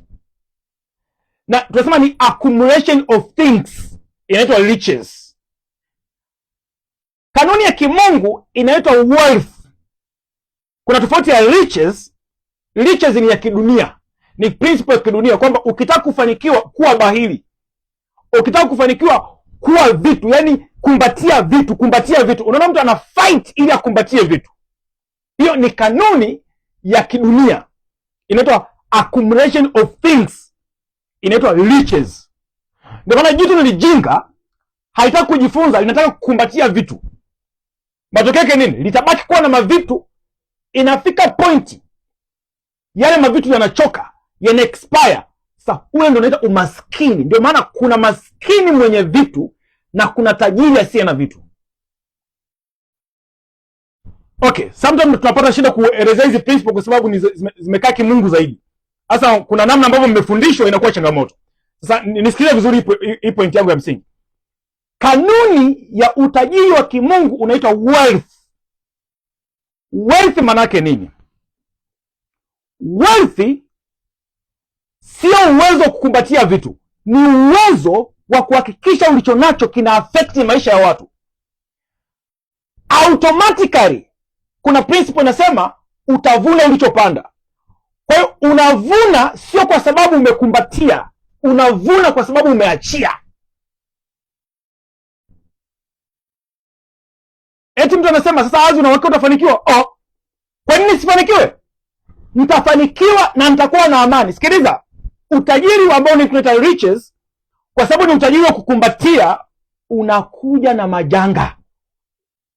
Mungu anasema hivi: baraka ya Bwana utajirisha, wala hachanganyi na huzuni nayo. Unajua maana yake nini? Kitendo cha kuwa sehemu ya vitu vyako, sehemu ya uwezo ulionao, umekuwa sehemu ya maisha ya watu. Maana umetengeneza joyness kwa watu, umetengeneza furaha kwa watu. Kwa hiyo vile vitu vinaporudi kama feedback, vinarudi vikiwa vyeupe. Mungu wangu, hivi mnanielewa kweli? Hebu nione kama mnanielewa, nione moto. Waka naongea mwenyewe. Hey, my goodness. Sasa basi ni hivi, kanuni ya uhusiano Mungu aliitengeneza. Sasa angalia, alafu akatengeneza kanuni ya power, tunaita kanuni ya nguvu. Kanuni ya nguvu maana yake nini? Mungu alitengeneza, tulisema hapa kwenye ujinga, si ndio? Tulisema hakuna haki bila wajibu, hakuna wajibu bila uwezo. Uwezo unajengwa, uwezo tunaojenga unajengwa kwenye akili, sawa? Uwezo ambao tunaujenga kwenye akili una mipaka. Uwezo ambao tunaujenga kwenye akili una mipaka. Sasa sikiliza, uwezo unajengwa kwa information, kwa taarifa. Kwa mfano unasikiliza mimi napata taarifa nasema wao nitafanikiwa, si ndio? Lakini kuna mpaka wa uwezo ambao utaujenga. Ndio kanuni ya nguvu ambayo Mungu alitoa inaitwa imani. Imani maana yake nini? Imani inaanza pale ambapo uwezo wako umefika mwisho. Ndio pale unasikia tumuombe Mungu. Katika kila jambo tumtegemee Mungu. Angalia kinachofanyika. Unapoenda kwa Mungu, Mungu atengenezi chochote unachomwomba. Kila kitu unachoenda kumwomba Mungu kipo duniani. Kipo duniani wapi? Hakijakaa mahali, kipo kwa watu. Sasa angalia kinachotokea. Ukishavunja kanuni ya mahusiano ambayo ni tunaita power principle. Relation principle. Ukienda kwa Mungu anakuambia sikiliza. Sasa mbona watu wapendi? Imagine Mungu akatengeneza kanuni kuonesha kanuni ya power ilivyo na nguvu, kwamba Mungu anaweza akaficha maisha yako kwa adui yako. Anasema mpende adui yako. Adui yako akiwa ana njaa mpe chakula. Akiwa na kiu mpe maji. Unaona kitu hicho? Anasema hivi, mwakaribishe wageni kwa sababu mmekaribisha malaika pasipokujua. Malaika ni mtu ambaye amebeba maisha yako. Maisha yako hayajabebwa kwa Mungu. Maisha yako yamebebwa kwa watu kwenye kanuni ya nini? Ya relationship. Unapowakaribisha watu umejenga mahusiano. Unapowaombea maadui zako umejenga mahusiano. Angalia kitu cha ajabu. Mungu anashughulika na watu wako waliokusumbua yeye mwenyewe, sio wewe. Haya, unaenda kumwomba Mungu, anashusha baraka zako kupitia watu. Watu una mahusiano nao. Automatically unakuta kwamba mbona vitu havitokei? Wewe ni binafsi ndio maana vitokei. Kanuni ya kuvunja ubinafsi kwa lugha nyepesi tunaita upendo. Ndio inaitwa kanuni ya mahusiano. Kanuni ya kuwa na nguvu zisizo na mpaka inaitwa imani. Imani manake akili yangu mimi ina mpaka, lakini akili ya Mungu haina mpaka. Jamani, nimefanikiwa kuelezea? Hebu nione kama mmenijibu hapo. Na kuelewa vizuri mwalimu? Sijakuelewa mwalimu? Safi. Nitaimia kupata jibu kama hili. Mungu nibariki, nilikuwa napotea kwa sababu ya ujinga, kuanzia leo nakuwa imara. Safi sana. Haya, sasa wapo hujaelewa, nielewesha hapo kwenye message, nitakuelewesha vizuri, usijali. Kwa sababu ni kitu ambacho usipoelewa utoboi. Usipoelewa huwezi kufanya vizuri. Kwa niulize hapo nitakujibu. Okay, kuna mfugaji ambaye alikuwa na mradi mzuri. Alikuwa hapendi kushirikiana na watu. Hakutaka kusikiliza ushauri, hakutaka kujifunza kutoka kwa watu wengine. Na hakujenga mahusiano na soko. Alipokuja kuuza kuku wake, alihangaika na alipata wateja wachache sana, yenyewe ilikuwa shida. Wakati huo wafugaji wenzake ambao walikuwa wanauza kwa urahisi walikuwa na connection. Connection maana yake ni mahusiano. Walikuwa wanafahamiana na watu. Walijenga mahusiano na watu. Biashara haikui kwa juhudi zako, inakuwa kupitia watu. Biashara haikui kwa juhudi zako, inakuwa kupitia watu. Jambo la msingi. Huyu anasema hajaelewa kanuni ya mahusiano. Okay, kwa ufupi kabisa, kanuni ya mahusiano maana yake nini? Chochote unachokitaka hakipo ndani yako, kipo kwa watu wengine. Chochote unachokitaka hakipo ndani yako. Sasa kipo kwa watu wengine, ili ukipate lazima utoe ulicho nacho. Kwa maelezo hayo, umeelewa bado hujaelewa? Ili utoe ulicho nacho unahitaji kuvunja daraja la ubinafsi. Kama umeelewa, naomba nione moto hapo. Simple, maelezo ndio hayo.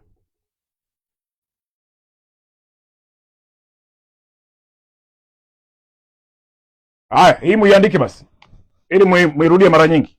Chochote unacho kitaka, chochote. Zigzag aliwahi kusema, if you want anything, help as many people as you can to get what they want. Ukitaka chochote, saidia watu wengi na wengi zaidi kupata mahitaji yao. Sasa Mungu amekuwekea kitu fulani ndani yako. Ubinafsi ni kukizuia kile kitu na kufanya kionekane cha. Angalia wasomi wengi. Huyu mtu amesoma kuanzia darasa la kwanza mpaka chuo kikuu na masters na degree. Okay, tunajua watu wengi hatujafika degree na masters. Tunashumu amefika degree ana masters. Anasema sijapata kazi, nimetuma maombi, nasubiria waniite. Nani atakuita? Leo kwa mfano, kwa nini asianzishe movement ya kuisaidia jamii kwa kile kitu ambacho amekisoma shule kwa miaka yote? Ubinafsi. Anasema nani anilipa? Aha, safi. Huwezi kutoa, huwezi kupata kama hujatoa. Yaani ni kanuni ya maisha. Wewe unazuia, ukizuia utapata. Ndio anakaa leo kesho kutwa alikuwa na maarifa mengi kichwani, anasubiria kazi na wenzake wanasubiria aje jitolee. Hivi kwani kama umesoma miaka mitatu, mbona vitu vingine ni akili tu za kawaida ambazo hata mtu ambaye ajienda shule sana anaweza akachambua. Hivi kwa mfano, wewe leo umesoma labda mambo ya elimu, si ndio? Unatafuta kazi ya kufundisha nini? Watoto wa chekechea. Sasa principle iko hivi, ubinafsi ni kuzuia kile ulicho nacho. Au unataka kile ulicho nacho, unataka kile ambacho uko nacho kitoke kwa masharti. Yaani ubinafsi ni hivi, side mbili. Kile ulicho nacho kitoke kwa masharti, si ndio? Au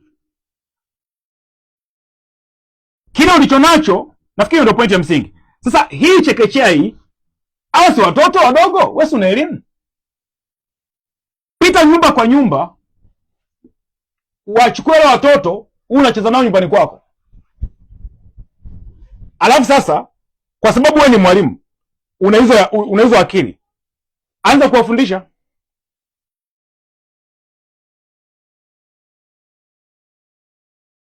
Bila masharti yoyote. Uangalie kitu ambacho Mungu anafanya. Mungu anaanza kukupatia hekima. Ngoja nikupe siri iliyopo. Hawa watu hawa wanajua unatumia muda, unatumia pesa. Utatumia wiki ya kwanza, wiki ya pili, wiki ya tatu, wataanza kukuuliza tunachangia shilingi ngapi? Wenyewe hata bila kukuambia. Hiyo ndio kanuni ya maisha. Hii ndio kanuni ya maisha.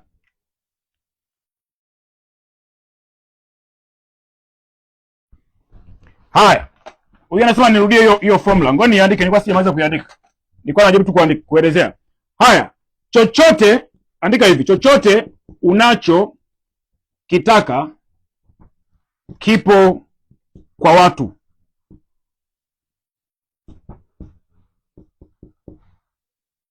Chochote unachokitaka kipo kwa watu. Utakipata kwa kutoa ulicho nacho. Ili utoe, vunja daraja la ubinafsi. Usiseme daraja, sema vunja ukuta. vunja ukuta wa ubinafsi.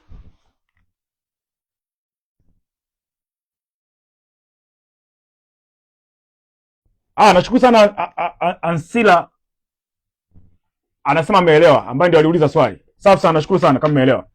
Okay, hiyo ndio pointi ya msingi. Nakumbuka sasa, sikilizani kitu kimoja ambacho nataka muweze kukielewa. Sikiliza vizuri, nisikilize vizuri, usikanielewa vibaya. Iko hivi, hii ni kanuni ya Mungu. Hii ni kanuni ya Mungu, inaitwa upendo. Mpende jirani yako kama unavyojipenda wewe. Hiyo ni kanuni ya Mungu, ni ya upendo. Sasa kanuni itabaki kanuni kwa sababu inaitwa principle. Ukiitumia kanuni utapata. Ukiitumia kanuni kama ilivyo utapata. Kwa sababu hii kanuni ina-apply kwenye kitu kinaitwa seed, time and harvest. Kwamba chochote upandacho ukikisubiria ndani ya muda utavuna. Umenielewa? Sasa hii kanuni inaweza kutumika na mtu yote, mwovu au mtu mwema. Tofauti yao sio nini wamepata. Tofauti yao iko ndani yao. Ukitumia hii kanuni kwa nia njema utapata. Ukitumia hii kanuni kwa nia ya kiovu utapata. Ila kuna tofauti ya kufanikiwa na kupata. Kufanikiwa ndio ile tunasema hivi, baraka ya Bwana utajirisha, wala hachanganyi na huzuni nayo. Wala hachanganyi na huzuni nayo. Hiyo ndio inaitwa kufanikiwa. Kufanikiwa tunaita ni tunasema ni ukamilifu. Yaani unaenjoy kufanya unachofanya. Unapata matokeo sawa, lakini unapata matokeo ambayo yanakufurahisha, sio nje, hadi ndani. Ukiitumia hii kanuni pia kwa nia unayojua mwenyewe, itafanya kazi, lakini wewe hautakuwa na amani ndani yako. Unajua utakuwa na amani ukiwa mwenyewe tunaelewa hapa hamna. Na nani yangu mmoja, mentangu mmoja alinifundisha conference kwa tupo mfano mmoja. Anasema matajiri wana kunyama nyumba yao mazuri. Kule ndani kule kwenye maandaki. Mungu wangu, mbona soma nimeenda muda mrefu hivi? Ngoja malizia tuondoke. Kule kwenye maandaki wana baa. Wana manyumba mle chini. Kule chini kuna basement. Ikishafika muda wa kulala, wamezurumu watu, wametapeli watu, wameiba, wamefanyaje maneno. Yale mapicha yote yanaanza kuja kabla ya kwenda kulala. Wanachofanya sasa, ile baa ambayo wameweka kule chini, wanatumia, kuna mapombe makali yanauzwaga magari, wana masindano, wanaanza kujichoma ili kupotezea yale mavitu hayaondoki. Yaani utavuna ulichopanda. Mungu anasema, Mungu hadhihakiwi, chochote upandacho utavuna. Nia ya ndani ambayo sisi hatuijui ndiyo itakayo kuonesha wewe uko sawa au uko sawa, lakini principle itabaki pale pale. Ndio maana sasa watu wote ambao leo naona wamepata vitu wametumia kanuni za Mungu, ila kitu ambacho ni tofauti, wao nia zao sio nia Mungu aliyokuwa anataka. Ndio maana nimesema kuna utajiri wa aina mbili. Kuna utajiri wa accumulation na kuna utajiri wa wealth. Utajiri wa Mungu ni wa wealth. Wealth maana yake wewe unakuwa sababu ya watu wengi kufanikiwa. Umetoa, umepanda, wengi wafanikiwe. Sasa ile inayokuwa inarudi na wewe mwenyewe unabarikiwa. Watoto wako wanakuwa wazuri, wewe mwenyewe unakuwa na furaha na maisha yanaendelea. Simple. Kwa hiyo inaita principle. Kwa hiyo ndio hivyo. Mimi naamini mmebarikiwa. Sitaki kutia neno lolote. Naomba tupeane kazi hapa. Tupeane zoezi. Au sio? Haya bwana, nione komenti zenu. Nione komenti zenu hapo. ninakubali kubadilika kuanzia leo. Nione komenti zenu ziko wapi? Sema nakubali kubadilika. Hiyo ni zoezi la kwanza. Comment hapo nione hiyo. Hiyo ni powerful sana, ukijisemea mwenyewe inakuwa inakusaidia. Inakusaidia kuanzia. Hilo zoezi la kwanza, andika kwenye comment nakubali kubadilika. Nakubali kubadilika. Lazima nifanikiwe. Sema hapo kwenye comment. Tafurahi kuona comment yako hapo. Nakubali kubadilika. Na Mungu atakuona. Hilo ni zoezi la kwanza. Zoezi la pili, zoezi la kwanza andika hapo kwenye comment nakubali kubadilika. Kuanzia leo nakubali kubadilika. Zoezi la pili nitumie kwenye WhatsApp. Zoezi la pili nitumie kwenye WhatsApp. Sema hivi, niambie kwenye WhatsApp ni tabia ipi kati ya hizo 4 imekuwa ikikurudisha nyuma. Imekuwa ikikurudisha nyuma. Kwa nini nataka uniambie? Kwa nini nataka uniambie? Kwa nini nataka uniambie? Niambie kwenye WhatsApp ambao namba ni 0761 825 808. Mambo mawili nitayafanya. Jambo la kwanza, nitakupa strategy ya kuchange. Nitakupa mkakati wa kuchange. Jambo la pili, nitakuombea. Waheshimiwa, hii kazi mimi nafanya ni Mungu ameniambia nifanye. Kwa hiyo nitakuombea kwa sababu hii ni spirit. Ni roho. Nitakupa mkakati wa kufanya, lakini mkakati peke yake haitoshi. Lazima nikuombee. Kwa hiyo nitumie ujumbe kwenye WhatsApp 0761 825 808. Mimi sitegemei au siamini kama kuna mtu apendi kufanikiwa. Lakini mafanikio yana vitu viwili. Kuna strategia, lazima uwe na mikakati. Lakini cha pili, kuna spirit iko nyuma. Haya mavitu yote, uvivu, ujinga, uzembe, ubinafsi, ni spirit ya kimaskini. Umaskini unajazwa na roho hizo. Sasa roho ina nguvu kubwa sana kufanya uende kwa maskini kuliko hata strategia. Ndio maana kuna wakati ambao unajua cha kufanya, unajua ukifanya utafanikiwa, lakini ufanye. Kwa nini ufanye? Maana yake kilichoshinda strategy ni spirit. Sasa ile spirit lazima lifukuzwe ndio uweze kufanikiwa. Tofauti na hapo utoboi. Kwa hiyo nitumie ujumbe kwenye WhatsApp. Ni tabia gani hasa katika zile 4 imekuwa ikikurudisha nyuma? Tuma kwenye WhatsApp 0761 825 808. Nitakupa strategies. Nitakuuliza maswali machache, then nitakupa strategy, then nitakuombea jinsi ya kuifukuza hii tabia. Kwa sababu masomo yote ni nonsense. Kama nikikufundisha, nikakupa mbinu, nikakupa mikakati, halafu hauendi kufanya. Sasa utakuwa unafanya nini? Kwa sababu hufanikiwi. Shetani ni mjinga sana, kitu ambacho wengi hamjui. Shetani iko hivi. Anakusubiria ujifunze. Shetani anafanya vitu viwili. Cha kwanza, anazuia usipate kitu cha msingi.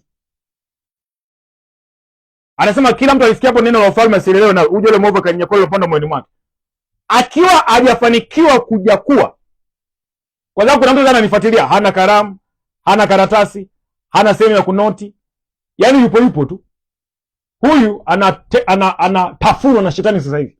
Kwa sababu gani? Uwezo kusikiliza kitu cha dakika 90. Mimi hapa sasa hivi naongea inaenda kwenye dakika 37. Nimeanza sasa almost ilikuwa kamili. Uwezo kusikiliza somo la dakika 90 ukalielewa. Lazima unote mahali point. Ndio maana kuna sana andika ili na wewe unote. Shetani akikupata hapo, kwa sababu utasema utasikiliza baadaye. Huo muda atakupa. Sio rahisi. Utaingia kwenye majukumu, utaingia kwenye makazi. Haya. Baada tena lisaa nitakuja kufundisha somo lingine. Baada tena nitafundisha masomo 3. Ina maana ukakusanya tena masaa 3 uje unisikilize. Sio rahisi. Kesho nakuja na lingine. Kesho kuna lingine. Baada ya siku 5 una masomo 15. Haiwezekani. Haya, tumekwambia tukutengenezee PDF upate kuyasoma masomo wenyewe, ukae usome. Kusikiliza sio rahisi. Kusoma kwa mfano unapitia. Unajua ndio hapo unapiga. Unaweka unachola. Ukishakuwa na vitu kama hivyo, unachola okay. Au ni kwenye system unavyo, unaweza kupitia. Haya. Kakuzuia una cha kuandika. kakuzuia uweze hata kupata PDF, utoboi. Sasa angalia kinachokuja kutokea. Akishaona umekuwa mjanja, una akili sana, anakuja kwenye spirit. Anachofanya, anatengeneza mfumo ambao hutakaa uchukue hatua. Inaitwa jeshi la mapepo wabaya katika ulimwengu wa roho. Roho ya uvivu, roho ya kuahirisha, roho ya ujinga, roho ya kusinzia. Angalia, ukisoma magazeti husinzii. Ukianza kusoma kitabu unasinzia. Ukiambiwa angalia TV mavitu ya kufurahisha yanaeleweka. Ukiambiwa usikilize somo lisaa, huna uwezo. Hayo yote ni maspirit. Hata ufanyaje hayatoki kwa nini? Kwa kujifunza. Haya ni mambo ya ulimwengu wa roho rafiki yangu. Kwa hiyo nitakuombea. Okay, namba 3, zoezi la 3. Andika nyumbani kwako sasa hivi. Ili zoezi la 3. Andika hivi. Zoezi la 3, andika hivi. Huu ni uamuzi wa mabadiliko. Huu ni uamuzi wa mabadiliko. Kila mmoja akamilishe sentensi hii. Kuanzia leo. Andika hivi. Kuanzia leo. Nyumbani kwako sasa. Au kazini kwako. Pale ambapo kila siku unaweza kupasoma. Kuanzia leo. Ninaacha dash. Na ninaanza. Jaza manake. Na ninaanza dash.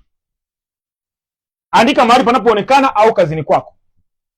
Andika mahali panapoonekana au kazini kwako. Kuanzia leo, ninaacha uvivu kwa mfano. Ninaanza nidhamu. Au, ninaacha kubahatisha, ninaanza kujifunza. Umenielewa? Kuanzia leo, ninaacha uvivu, au naacha nidhamu. Ninaanza nidhamu, kwa mradhi. Au ninaacha kubahatisha, ninaanza kujifunza. Andika hiyo statement, andika mahali ambapo unaona kila mahali. Ukiwa unajikumbusha kile kitu kinaingia, andika kila mahali, andika kila mahali. Itakusaidia. Ndugu zangu, wacha mimi nikamilishe somo langu.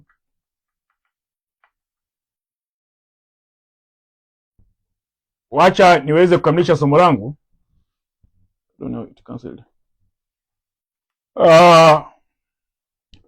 Ndugu zangu, mafanikio kwenye mradi wa kuku hayaanzi na banda. Yanaanza pale mtu akibadilika. Ukibadilika, matokeo yatabadilika. Usipobadilika, matokeo yabadilike. Usipobadilika, matokeo hayabadiliki. Sasa katika somo lijalo tutaangalia kwa nini watu wengi hawafanikiwi. Kuna mifumo imekuwa ikiitumia, lakini pointi yangu ya msingi, usipobadilika hakuna kinachoweza kubadilika. Okay, kama sijaenda kupitia hizo SMS ambazo umenitumia tukamilishe somo letu, nikukumbushe jana tulitoa ofa ya haya masomo. Nimekuja kugundua masomo kumbe yamekuwa marefu. Sikuwa nategemea kama ambavyo nilikuwa nimeanza mwanzo kuandaa. Sasa natakiwa nisisitize kwa sababu kile ambacho naona kitakusaidia ndicho natakiwa nikuambie. Tulitoa ofa ya kupata haya masomo. Sasa kama hujafuatilia wakati tumesema nisikilize vizuri ili uweze kupata hii habari. Na tutakuwa tukirudia mara kadhaa ili kuweza kuwakumbusha wale ambao wanakuwa ndio mara ya kwanza. Tulisema kwamba haya masomo tunaita program. Program maana yake ni mafunzo ambayo yako serious. Na nilichokiamini mimi ni kwamba kuna mtu ambaye yuko hapa yuko serious. Na watu wawili walishapata hizi PDF kwa ofa ambayo tulikuwa tumetoa jana. Mr. Elias, lakini nafikiri kuna mtu mwingine anaitwa nani?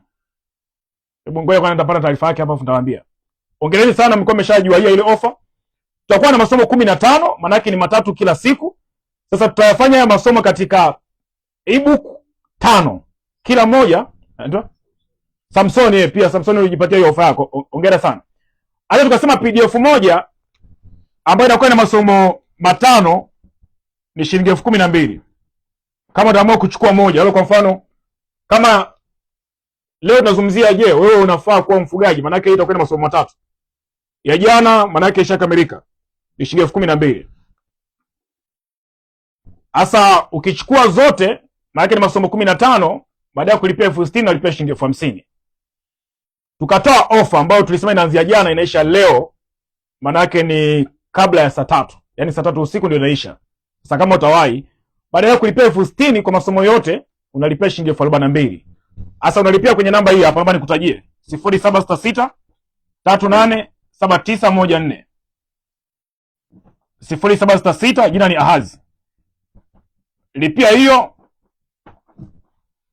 then uweze kupata hayo masomo. Tukasema sasa utapata hayo masomo 15 kwenye hizo PDF 5, lakini pia tutakuongezea, tutakupatia na hizo audio ili unasikiza mara kwa mara. Kishinda kusoma usikilize, lakini pia tutakupatia hizi video katika linki moja ambayo itakuwa ni rahisi wewe kuweza kufuatilia. Tofauti na ukiingia kwenye mtandao, maana leo umeangalia hili, kesho lile, unashindwa kujua ule mfululizo. Utapewa linki ambayo imepangilia masomo yote kwa mpangilio mzuri. Kwa hiyo jinyakulie offer chapchapu iweze kukusaidia na wewe. Kama utawahi kabla ya saa 3 leo, maana yake utalipia 42,000 baada ya shilingi 60,000. Haya, mimi nafikiri umepata maelekezo ya kitu gani cha kufanya. Lipia sasa hivi kama unataka kuwahi offer 42,000 badala ya shilingi 60,000. 0766 387914. Namba ipo hapo kwenye screen yako, imeshawekwa. Sasa naomba nipitie comment zenu. Haya, anasema nimechelewa kipindi, nilikuwa sijui vipindi nimekuta ratiba WhatsApp. Okay. Yes, fuata maelekezo ambayo tumekupatia, vipindi unaweza kuvipata. Nakubali kubadilika. Haya, safi sana. Lazima nibarikiwe, safi sana. Lazima nifanikiwe, safi sana. Nakubali kubadilika, safi sana. Nakubali kubadilika, safi sana. Lazima nifanikiwe. Haya, hongereni sana wote ambao mmeamua, na mimi nawaombea Mungu aweze kuwasaidia muweze kushinda. Nawaombea Mungu awasaidie muweze kushinda. Okay, kitu cha msingi, alika watu wengine pia waweze kushiriki haya masomo. Tunaweza kupatikana kwenye YouTube kwa jina la Profitable Farm TZ. YouTube tunatumia jina Profitable Farm TZ. Mtu anaweza kaingia kwenye YouTube akaendelea kupata masomo, lakini pia WhatsApp akisha natunza hiyo namba yetu 0761 825 808. Lakini pia baada ya muda mfupi tutakuja kuendelea na somo letu. Baada ya muda mfupi tutakwenda kuendelea na somo lingine. Kikubwa endelea kuwa kwenye mitandao yetu ya kijamii, maana huko ndio tunatoa update zote za kuhusiana na kitu gani ambacho unaweza kujifunza na kukutana nacho. Jamani, mimi naamini mnaenda kuwa matajiri. Naamini kila mmoja anatufuatilia hapa anaenda kushinda. Na Mungu akusaidie sana ushinde. Tukutane katika kipindi kijacho. Na Mungu akubariki sana.